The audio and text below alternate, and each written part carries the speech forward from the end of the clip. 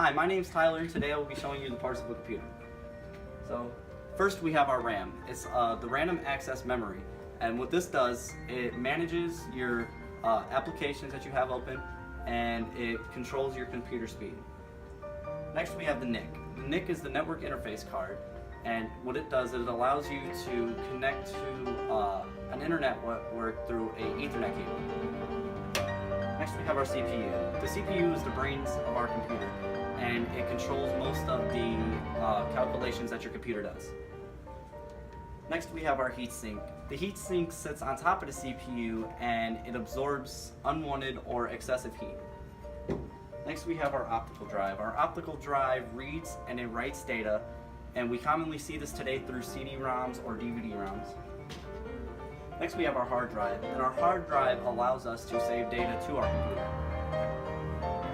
Next we have our anti-static discharge wristband, and what you do is you would put this part onto your computer and it would ground it so that you don't send any electrostatic discharges to any of the components inside of your computer. And here we have the ESD mat, and when you're putting the components back into the computer, it's kind of like the wristband, but you would put the computer on top of this and it would do the same thing. It would prevent any electrostatic discharges to any of the components inside of the computer. So if we go inside of the computer now, we have a couple more components, and this one being one of the most important. This is a CMOS battery, and what it does is it retains the date, the time, and the BIOS settings of the computer. And then we have our motherboard. The motherboard is the main brain of the whole operation. You need to make sure that all of your components are compatible with your motherboard, otherwise your computer is not going to work. Next we have our power supply. The power supply is what provides the power to all the components inside of the computer to make sure that they are working. Then we have our case. The case is to make sure that no dust and or water get inside of your computer. Last but not least, we have our power button, which allows you to shut your system on or off. Okay, so now that we've learned the parts of the computer, now we're going to assemble it.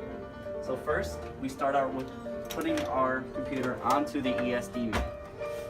Put this here. And we are going to put on our anti-static discharge wristband, so then we make sure there's no electrostatic discharges while we're putting our components in. So I'm going to start off by putting the CPU this up here. This just goes right here. Locks down. Now we put our heatsink on top of our CPU.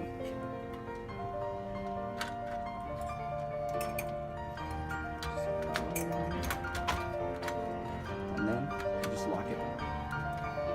Alright, next we have our RAM. And our RAM sits right here in this little slot. Just goes down in there. Let's clamp it in. Next we have our network interface card, or our NIC. And we just put that here. And we slide it right here. And just with a little pressure, not a lot, so we do not break it. We push down, and it pops right into place. Next, we have our hard drive. And that would just slide in right here, pop into place. And last but not least, we have our optical drive, and that would slide right into this slot right here.